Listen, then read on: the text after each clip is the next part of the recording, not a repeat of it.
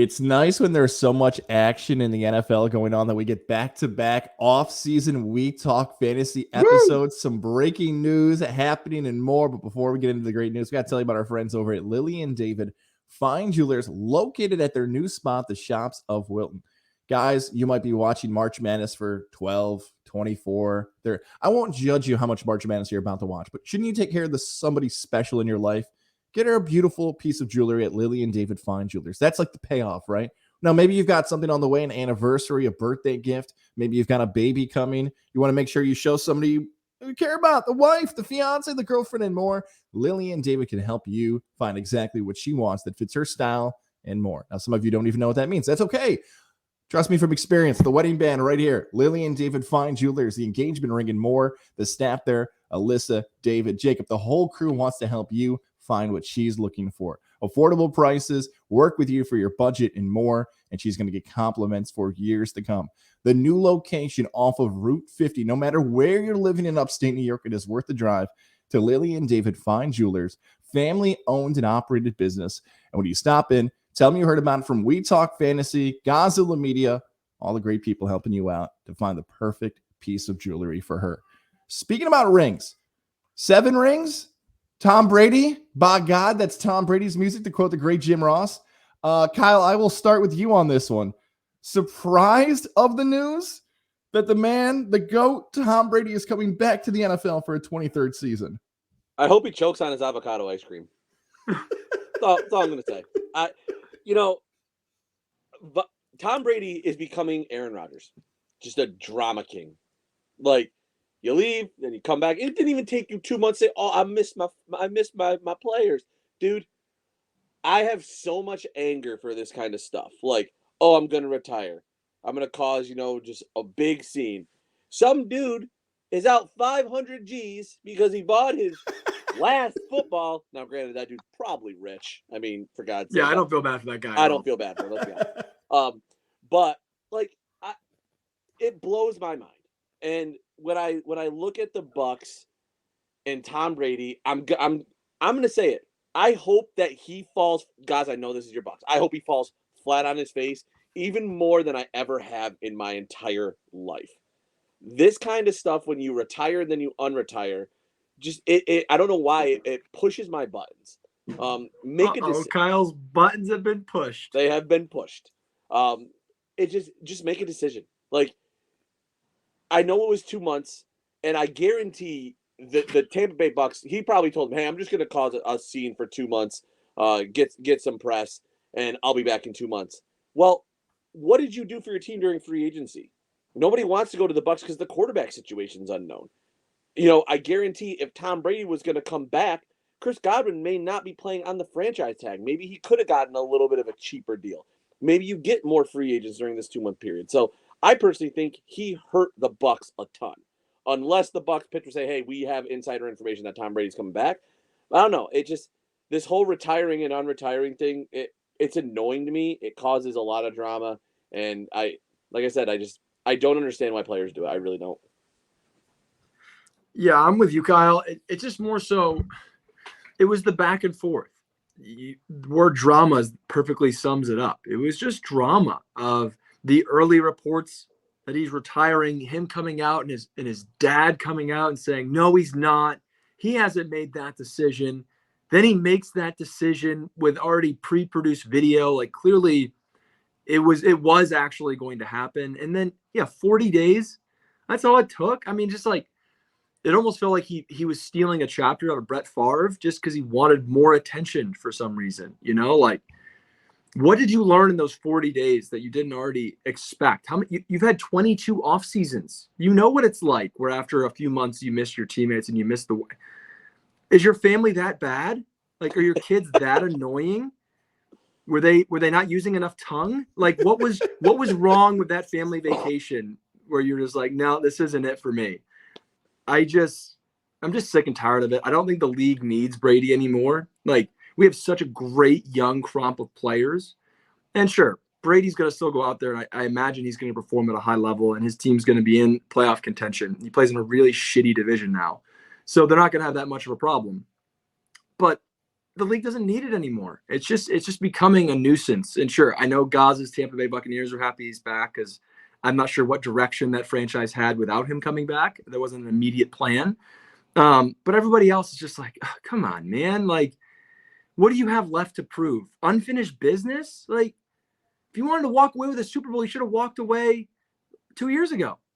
Like, yeah, maybe he will play in another Super Bowl this year. Who knows? But just no one else was happy to see him back, except for Big Ben. Big Ben is pumped because now he gets his day in Canton by himself. The crazy part, too, that you hit on a little bit, Chet, is, like, are you going for another Super Bowl? I don't see the Bucs winning the Super Bowl. The AFC is loaded, and like we've talked about, the only way I don't think the AFC wins the Super Bowl this year is because they are all going to eat each other alive, and they are just going to get decimated in potential injuries and everything like that. I don't know. I just don't see how. One of the big things that really stuck out to me with him coming back, like obviously he wasn't going to come back unless he thought Tampa Bay had a legitimate chance. And sure, we all agree the AFC is much deeper than the NFC right now, but that works to his advantage. You just got to get to the game. You got to get to that last game of the year, and you're going to have a chance to win it. And the only two teams that are really standing in his way, the Rams and the Packers, maybe the Cowboys. I don't know. It's a pretty weak NFC right now. But the thing that I was surprised about, he's now lost two of his big guys up front. And maybe Gaz has some insider information if another guy's going to come out of retirement. I'm talking about the Hobart connection. But also, Alex Kappa just signed with the Cincinnati Bengals. And so Kappa's gone now. And that guy was, what a freaking beast that guy is out of Humboldt State. Shout out to the 707. So those two glaring holes on the offensive line with a quarterback in his mid-40s, that's a little scary. Yeah, a lot of stuff there. First, I'll start with the Kyle thing. As of this taping, no one has left. Kappa, like you just mentioned there, like he is the one who's left for the Bengals.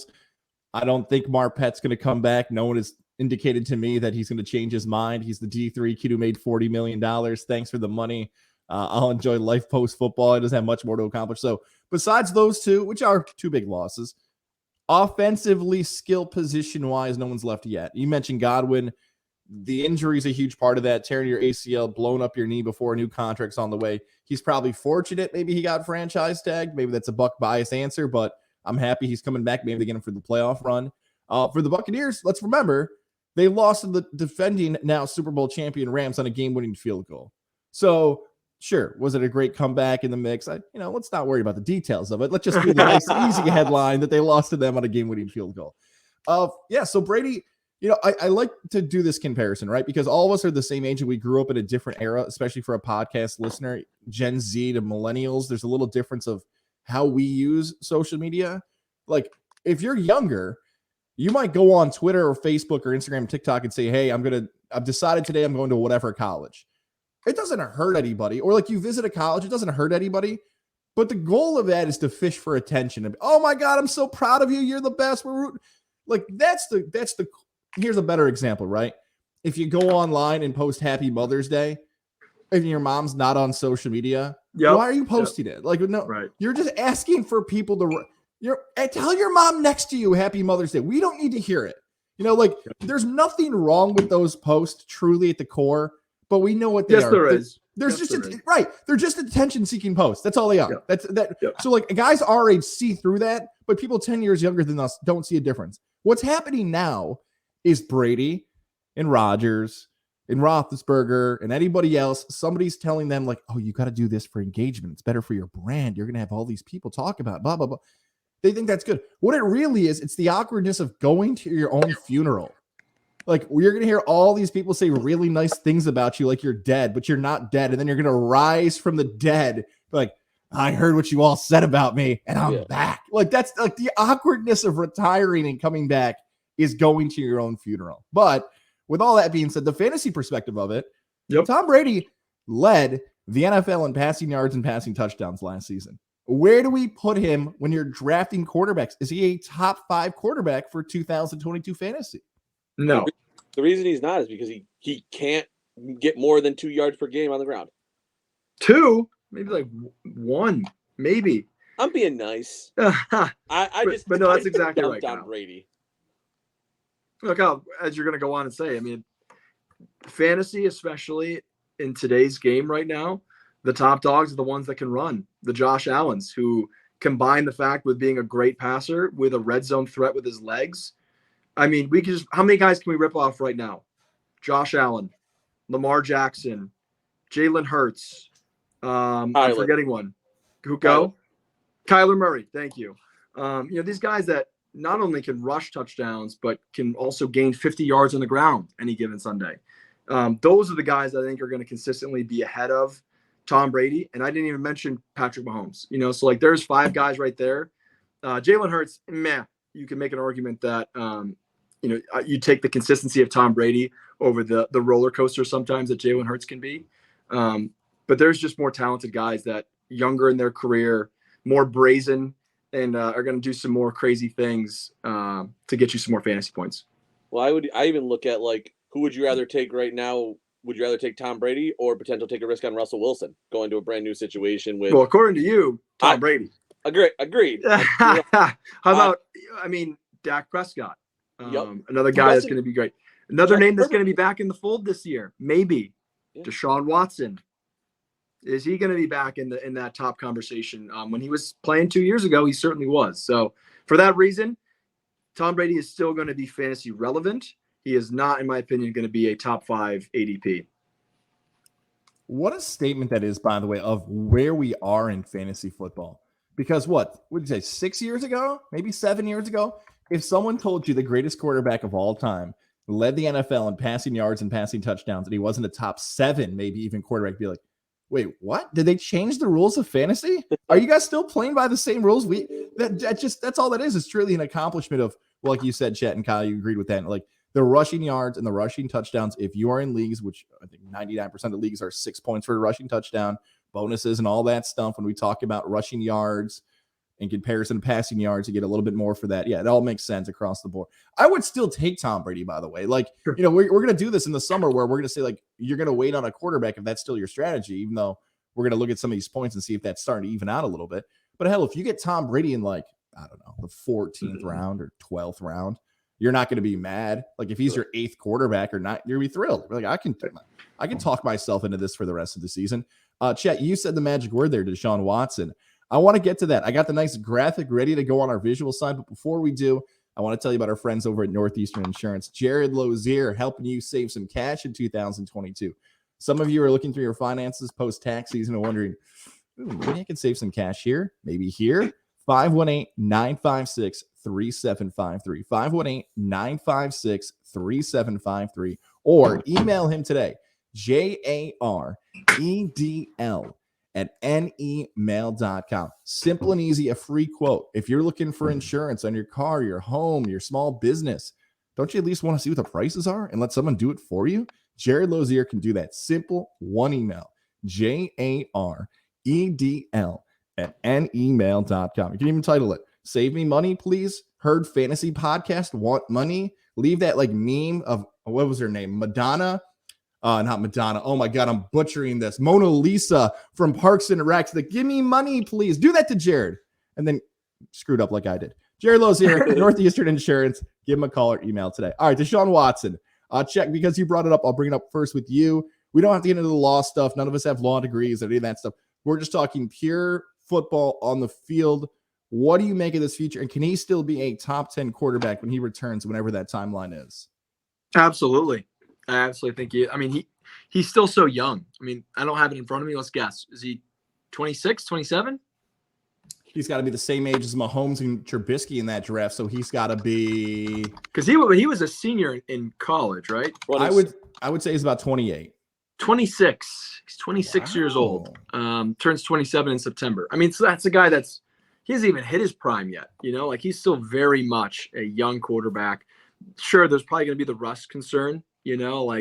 Hasn't played a meaningful football game, and it's going to be close to, a year and a half, 2 years. So it might be a slow start. We don't know, as if we're taping this on March 15th, what team could be trading for Deshaun Watson. We know it's not going to be him playing for the Texans. I think we already saw that they denied an interview for the Colts, which it makes a lot of sense. You don't want to play against Deshaun Watson twice a year for the next decade. But there is going to be a team out there. Like there's rumors that, pretty big packages are being put together of draft picks, whether it be the Carolina Panthers. I thought maybe the Pittsburgh Steelers would get involved, but we'll get to who their quarterback is coming up in a little bit. But I think no matter where he lands, he's going to immediately draw attention. He's going to immediately, bump up the fantasy value of the people around him and himself, because he does have that dual threat ability. And he's just a gamer, man. Like, no matter what situation he goes in, like what we saw when Houston, when they're losing games, his garbage time ability is pretty elite. Like he can do some things in the fourth quarter down by 20 and put up a monster fantasy output. So I think he's going to be on my radar, and I think he's going to be on a lot of other people's radar as well. Totally. Hopefully, if you were in Dynasty, you picked him up and his suspension, and you're holding on to him. Yeah, I couldn't agree more with that. There's one team that emerged that, again, will absolutely destroy my hopes and dreams, and probably yours too, Chet. The Browns. Yeah. We got an interview with the Browns today, supposedly, and that package could be crazy. I mean, you throw in potential Amari Cooper, Baker Mayfield, like you're giving them a serviceable quarterback, somebody that you might be able to build with, maybe 2 first-rounders. I mean, the list goes on, and if you put Deshaun Watson in that Browns offense that I was so high on last year, and they just couldn't put it together because of Baker Mayfield. Now we'll see what happens with that offense with now Jarvis and OBJ. Like the whole offense, that wide receiving core might be a little new, but still, I mean, that's a scary team. Good defense. I mean, just looking at Deshaun paired up with Amari, and then having Kareem Hunt and Nick Chubb in the backfield. Woo-wee. If I'm Cleveland, I'm doing anything in my power. I think they're ready to move on from that Baker experiment. Baker doesn't seem happy. People around him weren't happy. They're not winning enough games. If you can bring in a guy like that, I think you got to do it. I'm praying that he just goes to the Saints. Stay on the NFC. Stay away from the AFC, please. We have enough quarterbacks. Yeah, you mentioned the Saints there. Like we kind of all had the idea that the NFC South could be vulnerable, could be potentially. I'm sure the ways the Saints and Panthers might be looking at it has now changed post Brady's decision. But with those skill players, Kamara and McCaffrey wanting to add some pieces, Michael Thomas to see if he can be a player before, both of those teams make sense for him to potentially go to. What I'm the most fascinated by with the Watson thing, and there's no way we could ever prove this, but when Adam Schefter sent out his tweet, and here's the thing, like I don't study law. Like I never took business law or like ethic, any of that stuff. Like it was so far away from what I focused on. I read the tweet. I'm like, oh, okay, cool. And then you see, it's not innocent. It's not guilty. Like Twitter exploded. Yeah. So I just wondered from the backlash of that, if the NFL sees the reaction from fans and says, okay, this has got to be a Zeke Elliott. This has got to be a situation where even though he is not charged with a crime, we have to suspend him. Like we can't let 22 accusers be ignored. Now, again, that's a Goodell thing. It just seems as if from the reaction of just one tweet, the reaction of NFL fans and just people in general is going to give Watson a suspension. So that's the problem, right? Like, if you think Watson can have top 10 production, are you willing to do what Chet said? Like, if you've got him in a dynasty league, he might sit till mid-October. Like, if you've got him for the playoffs, right? Like, I guess that's good enough, but you don't want to be 2-4 and then have Watson come back and wasted a pick on him. That's tough. I don't know. At the rate the NFL suspends player, I mean, you only get 6 games for beating your girlfriend, but you get a full year for gambling on a game. I mean, sexual abuse seems like 3 games, maybe. Come on. The NFL, yeah. You know what? Hang on a second. Let's do that for a second. I didn't have this on the rundown, and I don't think we mentioned it last week. I'll let you go back to that. Did we ever mention the Calvin Ridley suspension in one of the episodes? Did we ever touch on it? No, I think it's because we kind of forgot about him, to be 100% honest. Like, he left for the mental health side of it. Nobody really knew what happened. It was just, hey, I'm going out because I'm not in the game. And all of a sudden he gets suspended. I mean, when you look at the Falcons, though, I mean, I would love for Ridley to go somewhere else. Like, literally free Ridley was a thing. Matt Ryan is declining at a rate I don't think we've ever seen. That entire organization is a little bit in shambles. No defense, no offense. You get rid of your best playmakers, and you literally give Ridley Matt Ryan. Kyle Pitts is a nice piece, but again, who's your quarterback? So it is interesting to try to figure out what to do with Ridley, especially from his fantasy side, because you're obviously not going to get him this year. unless you're going to keep really grab him in the 14th round and just hold on to him and put him in your IR spot and say, see you later, bye. But it is crazy to think that Kyle Pitts is going to be the number one wide receiver in that offense. But again, who's going to throw him the ball? Like, I just don't know. Chet, your thoughts on a guy getting a year suspension and what it means for the value of the Falcons, Pitts, Ryan, and everybody else? No, I mean, it is brutal because you see all these, players, people in the media, how you can compare some of the suspensions handed out for other, if you want to call them crimes or missteps that NFL players have done. A year for a player doing a little parlay, betting, mind you, for his team that he's not even playing in the game. Like, what kind of insider knowledge is that? If he was betting against the Falcons, I'd be like, okay, he knew something. He knew that Matt Ryan's shoulder was messed up. He knew that whatever. He did a little parlay. And I know it's tough to be like, all right, where do you draw the line on what's too much gambling? That where it gets a little bit fuzzy. But for that to be an entire year of a guy's career compared to someone getting 6 games for domestic violence, how does that add up? That's just another one of those, you scratch your heads at one of the biggest professional sports league in the United States. You're like, how do we all on the outside view this as like making no sense? And they just continue to make these. It's like it's like they have like one of those you crank the wheel and you see what surprise you're gonna get. It's like, all right, you're in trouble. Let's see what you're gonna get. And it's like, ooh, you landed on a 1 year. Ooh, sucks to be you. And it's just like, where did you come up with that? It baffled me that whole thing. Like you said, Chet, I agree. Like, if you want to like mess around with like the gambling, dude, gambling is not a year. Make a statement and say like 3 games. I would be cool with 3 games. Like, sure, whatever, no big deal. But a year for somebody saying, hey, I think my Falcons are going to win with Matty Ice throwing for 450 yards and, Kyle Pitts going for 200. Like, all right, what insider information do you have that's going to cause Matt Ryan to throw for 450? Now, hypothetically speaking, but agreed. A year versus 6 games for somebody who hit their girl. Like, come on, NFL, be better. We always say it. Be better. Roger Goodell, get the hell out of the league. It's so funny because you guys feel this way. I'm dying. Calvin Brady hit my mic. I'm totally opposite on you guys on this one. Ooh, like, I'm the complete different way. So the comparison you had of like domestic violence, like weed should be in that mix too, right? Like the suspensions for marijuana over the years, like you can't have domestic violence in marijuana. So that I feel like is a different discussion. Here's the thing with Ridley, and this goes for any NFL player, like Major League Baseball, the NBA. There's just one rule. Like domestic violence, stealing, driving drunk, like those are crimes. Like I think it was the stand-up comedian. Some stuff we don't need to write down, right? Like just don't be a criminal, like don't commit crime. Like that's a whole different thing. But as a professional athlete, there's like one rule. Don't bet on the team. Don't bet on the games. Like that's it. Like that's it. Like just one rule. One cardinal sin is to bet. Because what you never want to have happen is this. Like people are going to say like the NFL made $20 billion in revenue. The reason why they made $20 billion in revenue is because people look at the NFL and they love it. It's the greatest sport of all time. It's wonderful. It's great. And think about this, right? Whether it's a domestic violence allegation, whether it's Colin Kaepernick, it really like financially has not hurt the league, which is wild to think about. Like there have been some wild allegations and wild political stuff and everything. People still watching the NFL. People still care about it on Sunday. What could potentially damage the NFL's future is if someone said the games are rigged. Because now all of a sudden, like Kyle's a Buffalo Bill fan. If he went into a Sunday and the NFL said, or you had the indication that, well, we want the Patriots back in because we want Patriots Bucks, you'd be pissed.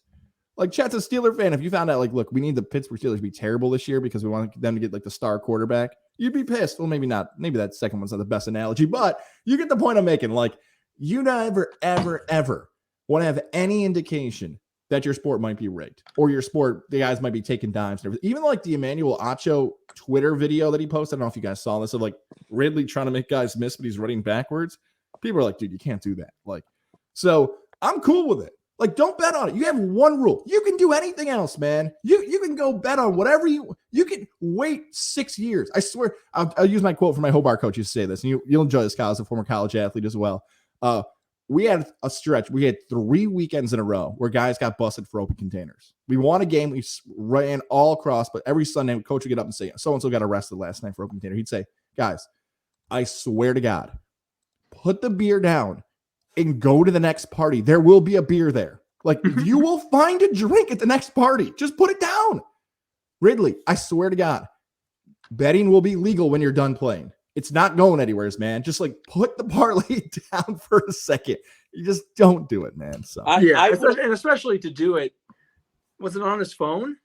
Yeah, it was through an app. I mean, it's just like clearly he wasn't thinking. And I don't think any of us are defending that it was okay. Like, it was a very dumb move, stupid. It's just I don't think the punishment matches the crime for what he did. And again, I think there does need to be some sort of precedent of, okay, is this a habitual thing? Can we track that he's been doing this for a long time? Has he been betting on every game? Did he bet when he? No, according to reports, it was just a one-time off. Bored idiot, on his phone. He's like, I'm going to bet on my boys. Wasn't thinking, and now it's obviously costing him a full season. Can we just think about like a full? I mean, these guys. What's the average lifespan of an NFL player? Like 4 years. Like, and how old is he? 24. He's probably right around the Deshaun Watson age, 25. And 18 parlay he gave up for $11 million. Oh. He doesn't place that bet, and the bet. And now he's not going to have played in almost 2 full seasons because of his, going for mental health. Kylie's 27, so he's the same age as Amari Cooper, 1 year younger than Allen Robinson. Like, this is his time to get paid and to prove that he's worth getting paid in a big contract. And now he's going to have to fight for a spot, kind of like he's going to have to do. It's a very different punishment, but kind of what Kareem Hunt had to do in Cleveland, just like someone's going to have to welcome him in, and he will, because it doesn't seem like it's a huge character problem, and there's not going to be boycotting if someone goes after Calvin Ridley, but he's now not going to get rewarded with a massive deal. It's going to be like, all right, earn it, man. Earn it on a 1-year deal. Earn it on this. And then before you know it, he's going to be 30, and he's going to have missed out on those huge paydays a la Christian Kirk for $84 million. That ain't happening for Ridley anymore. Ooh, that Christian Kirk thing gave me a good tease, Chad. I can't pass on a good tease right there. I want to get there. Let's talk about Mohawk Honda before we get into these free agency moves, the ones that have stuck out to you guys. Mohawk Honda, you need that new vehicle. You need that new ride. You want to see that 2022 Pilot EXL. You want a new vehicle for your family, whatever it might be. Mohawk Honda in Glenville, New York is the spot for you. Trust me when I say this, you're not going to be giving up $84 million for a new vehicle. They want to work with you to find your budget, to find the lifestyle with, maybe taxes or gas or things like that you might be paying for. That's why you got to work with the budget, and the staff at Mohawk Honda wants to help you. The Plate Change Challenge going on right now here in March.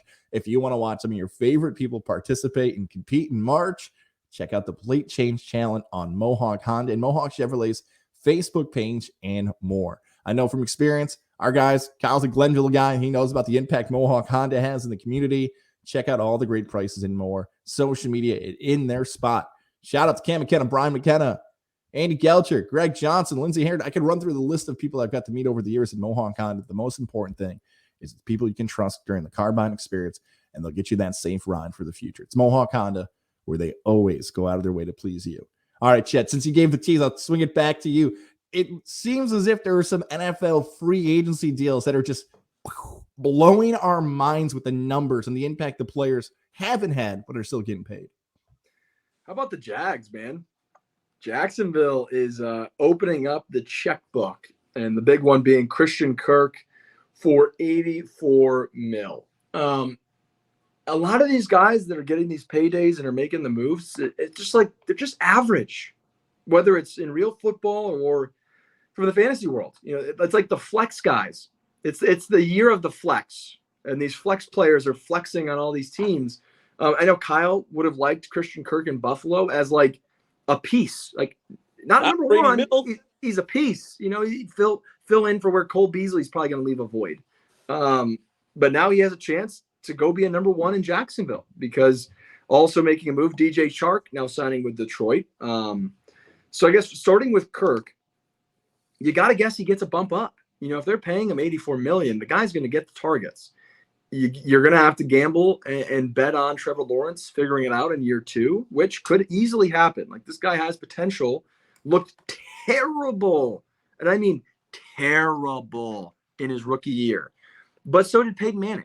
Peyton Manning was god-awful in his first year in Indianapolis. So, like, guys can figure it out. He hopefully can adjust, and he gets the right offensive minds in there to help him.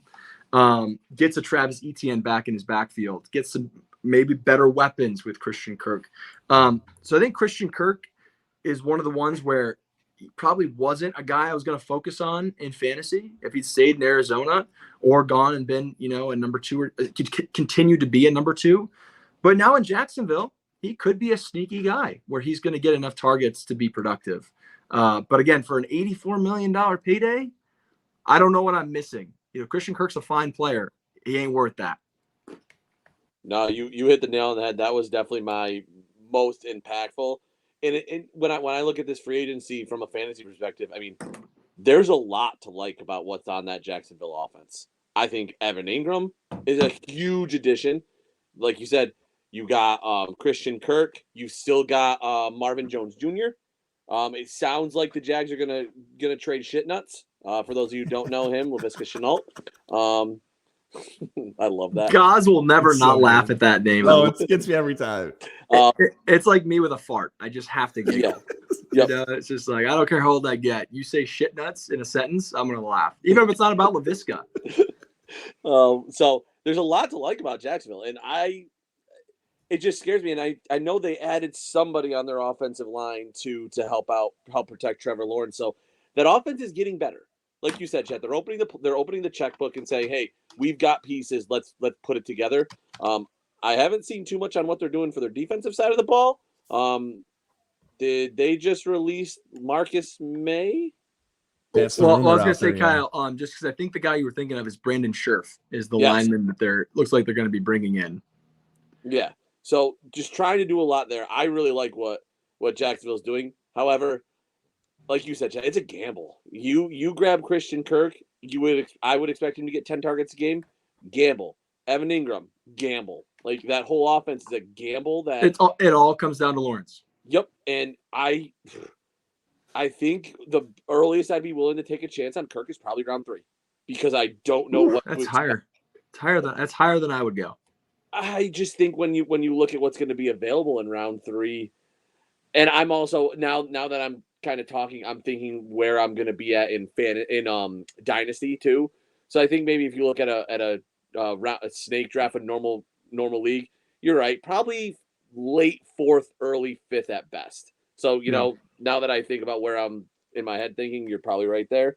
But it easily could be one of those picks that we see every year where we're like, why didn't we go earlier? Could he be the Cooper Kupp next year?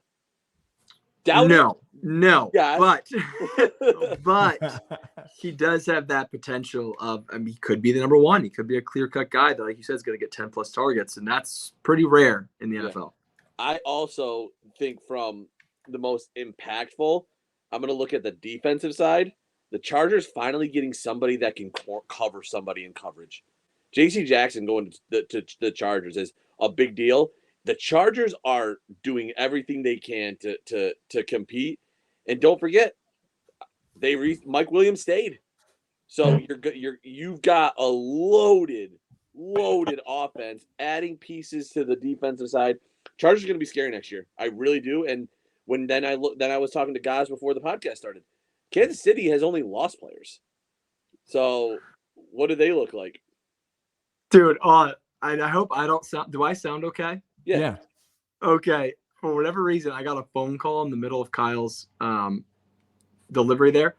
And when I ended the call and came back, it slightly slowed down Kyle's voice and also made it deeper.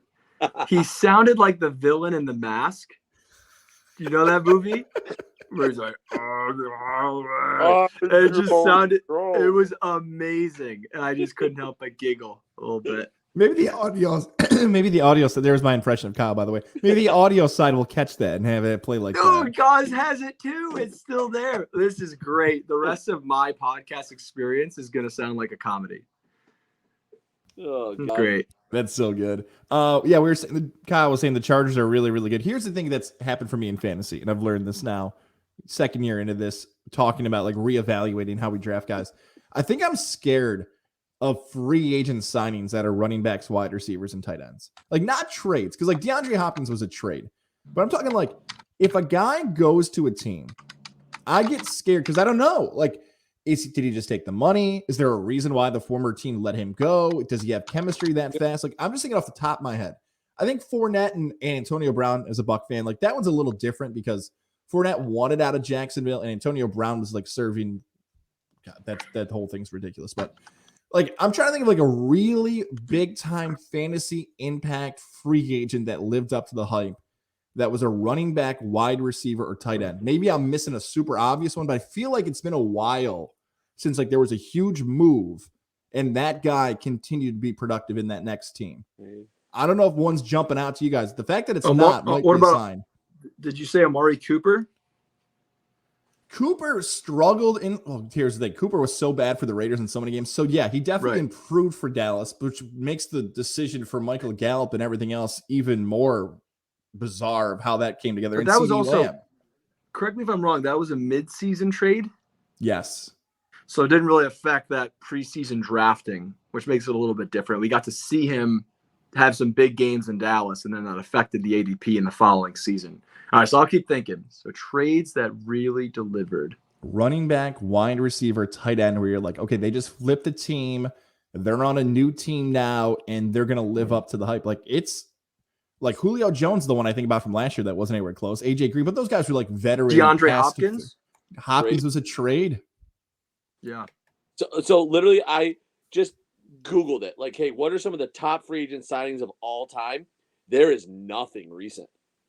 Like the one that's sticking out that I'm sitting there like, yeah, I see that. Reggie White going to Green Bay, but it is nothing. I mean, Peyton Manning, but that's a quarterback. You know what, though? Peyton and Wes Welker. That's probably the last time, right? Because Peyton was a quarterback and Wes Welker jumped to Denver. So it's probably Welker for Denver. It was God, that's got to be 8-9 years ago. Like the last big-time fantasy move happened like that. Yeah, this list is wild. And Stephon Diggs was a trade as well. Stephon Diggs is another one just popped in. That's a trade. First one that came to mind, and I was like, oh no, man, never mind. You guys remember? That's a trade too. I was going to say Champ Bailey for Clinton Portis, but that was a trade. So yeah, like free agency fantasy wise, it's just something to be aware of for your drafts coming up. That you're going to hear guys moving team. Brandon Cooks, not even like Brandon Cooks. This used to be Brandon Cooks' time. We just get these huge deals. I got one that was 4 years ago. Robert Woods leaving Buffalo going there. That's probably the best. Yeah, because he was an instant impact. He had a great season with the Chargers. This is 20 plus years, but Priest Holmes from Baltimore to Kansas City when he had his record-setting year, or 20 years ago. You know, that's different. We were all still little pipsqueaks. Hey, we were 10 20 years ago. We're old, Chet. I was a pipsqueak at 10. You know what? We were talking about quarterbacks there for the moves and everything else. We want to tell you about our friends at Johnstone Supply in Troy. The spring is approaching. The draft is approaching. Warmer weather is approaching. So now it's time to make sure your furnace are good, your boilers. If you want to make those changes, you've waited, 2% off. John Goodman Furnace. That's all you say. You get 2% off just by saying that. We Talk Fantasy, Gonzalo Media. Stop into 6th Avenue in Troy. Get those competitive prices. I say the best prices because they are. On Milwaukee tools for your spring projects on the way, or maybe you got some winter projects you're still finishing up. Right there on 6th Avenue. Give them a call today, 518-272-5922. Save it in your phone right now. Pause the podcast. Be like, winter project need tools. Is my furnace broken? Here's who I call. 518-272-5922. That is Johnstone Supply in Troy. Shout out to George, Tom, Kev, James, all those guys who are helping out, making sure that your home is safe. Homeowners, especially with this weather changing, you got to make sure everything's good to go in your place. Johnstone Supply in Troy can help you. Big fantasy football fans as well. Johnstone Supply in Troy. I don't know who, you know what, Chet, I'm going to go with you on this because I think you teased it a little bit earlier about Mitchell Trubisky, the quarterbacks. And Kyle, I know as a Bills fan, you have some thoughts on Trubisky, but he is going to Pittsburgh. So Chet, the new Steeler, what do you make of this move from the former first-round draft pick? I mean, we talked about it in the last podcast.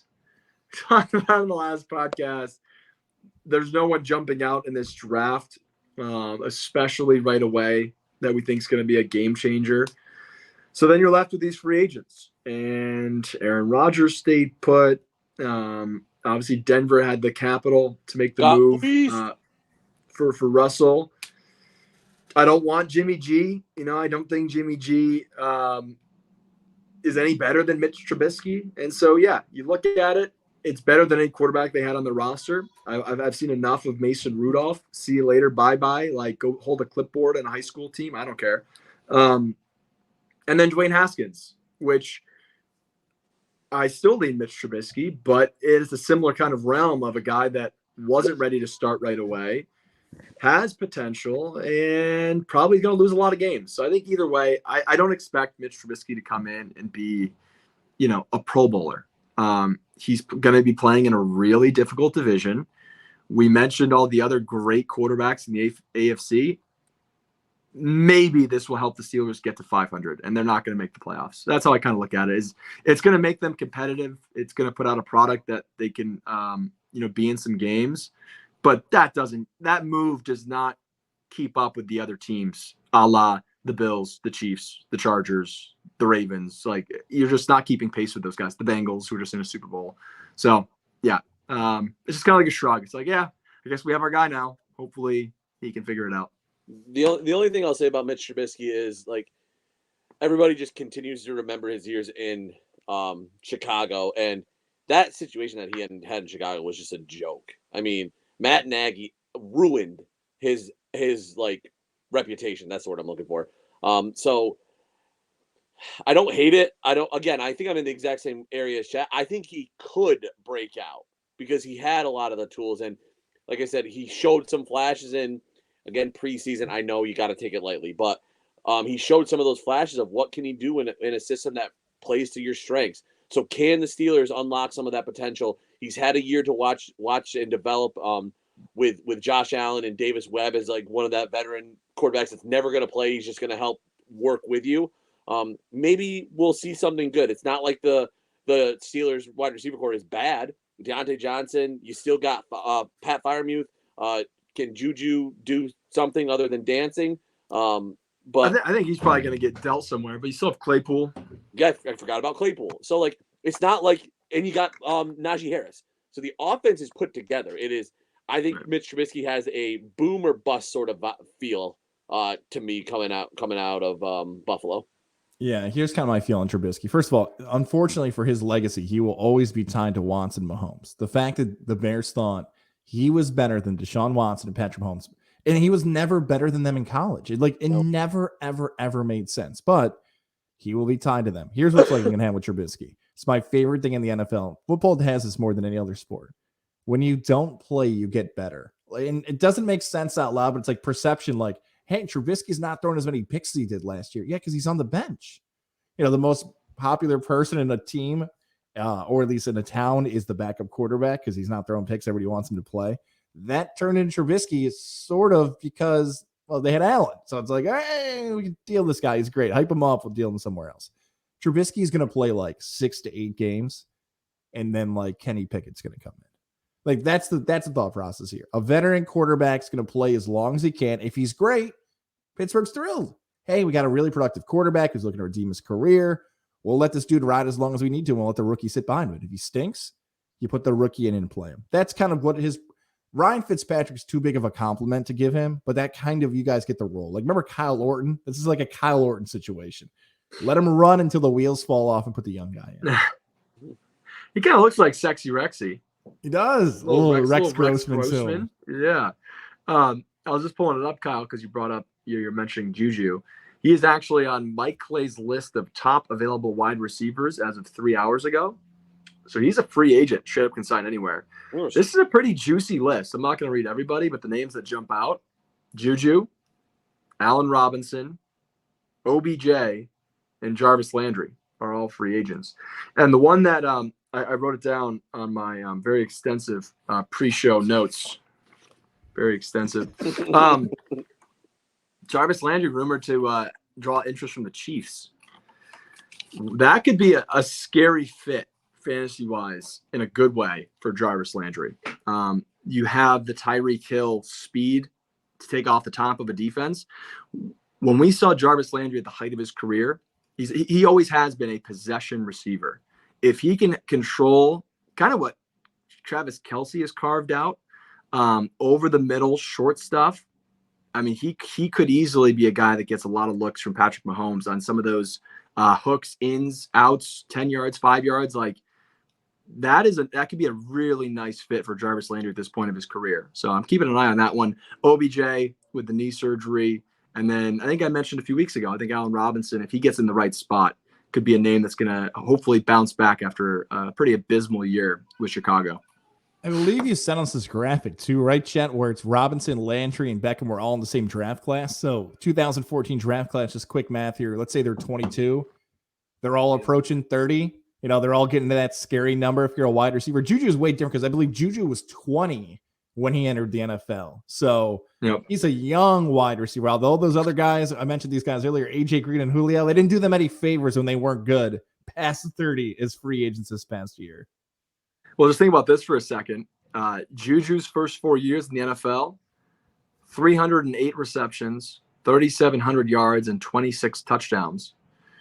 Compared to Christian Kirk's 236 receptions, almost 800 less yards, and 9 fewer touchdowns.